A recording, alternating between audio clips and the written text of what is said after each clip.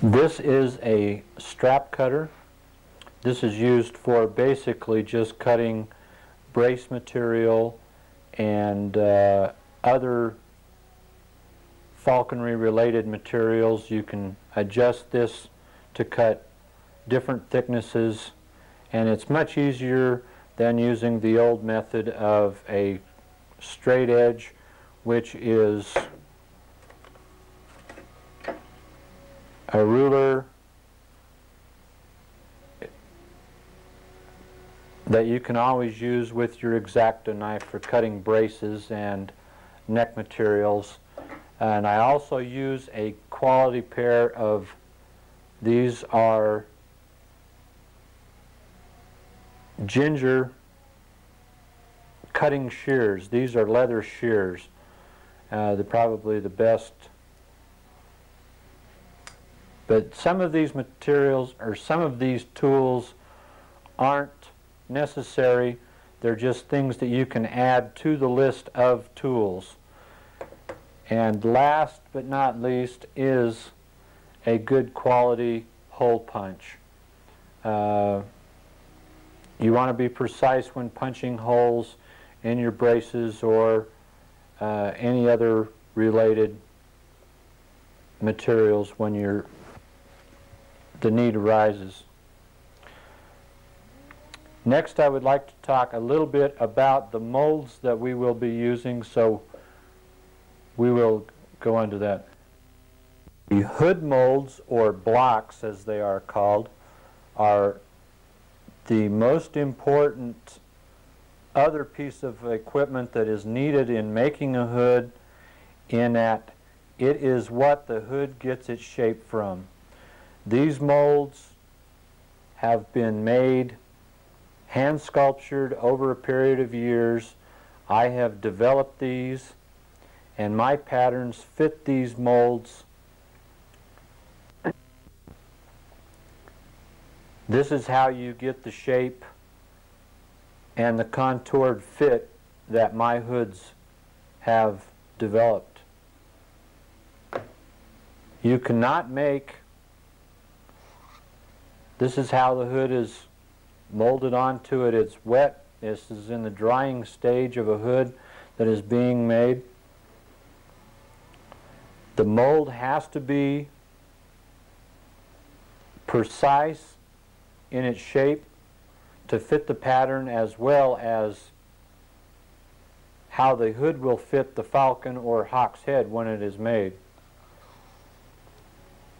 These particular molds are made of Bondo, auto body Bondo. This happens to be a Merlin mold here, but you can see how they are shaped and contoured to fit, or to, in appearance, look like a falcon's head. Here is another hood that is being made. This just dried. I am proceeding to put a top on it, cut the beak hole, and this will be finished tomorrow. But you can see how the hood fits on the mold, and it dries. It takes that shape. That's how the Dutch hood gets its name, because it is molded to a particular shape. Now that we have covered all the tools, hopefully we have prepared you for making a Dutch hood. Let's go to work. To begin with, we must find a suitable leather. What we have here is an extra heavyweight kangaroo hide. Its thickness is approximately 1.2 millimeters. This is what most hood makers have gone to because of its availability. It's very lightweight and very tough, making an excellent hood.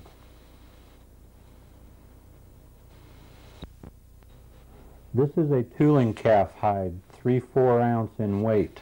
This material is hard to find nowadays. The leather manufacturer doesn't have a market for it anymore. It is an excellent hood making material, and I prefer it over the Kangaroo because of its smooth finish. If you can find it, use it. This is a trimmed whole English kip hide, 2 3-ounce in weight. You can see I have 2 straight edges where I have trimmed it off with the strip cutter for making braces. This is an excellent choice for both making hoods and brace material because of its stiffness and durability. But again, these hides are hard to find because of the manufacturer. This is a piece of lightweight Kangaroo. Its thickness is about 0.7 millimeters thick. It is what I use for the neck piece or piping around the base of the hood. This section is on the setting and laying out of patterns and cutting a hide for minimal waste. Our choice is to use a Kangaroo hide. You don't want to have to work with the whole hide, so if you use this chart in laying out your patterns and cut your hide off at the line at the base of the pattern shown in the diagram. The main part of the skin we use is down the middle of the back. You can use as much of the material as desired. This is the neck, and this is the rump. You want to cut your patterns this way because the strength of the leather runs down the middle of the back and becomes soft going towards the belly. You want to stitch your hood using the strength of the material. Now that we have selected our leather and a pattern, we will use our scribe to scribe the pattern onto the leather material. You want to press firmly down with your scribe as you are going around the pattern, and as well you want to have a firm grip on your pattern. Trace around all the outside lines in the beak hole, down the tail until you have completed the centerpiece pattern.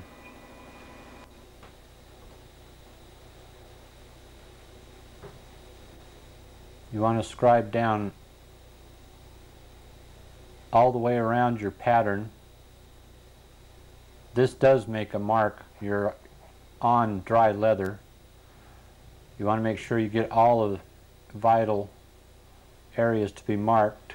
Don't forget to mark your slits for the top of your hood where your Turk's knot's going to be going through.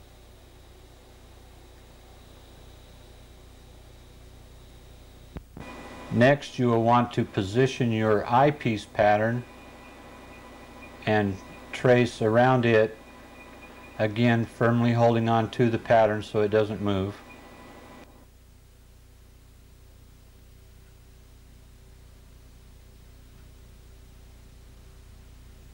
Then flip the pattern over, position it next to your center pattern, and make your opposite eye pattern.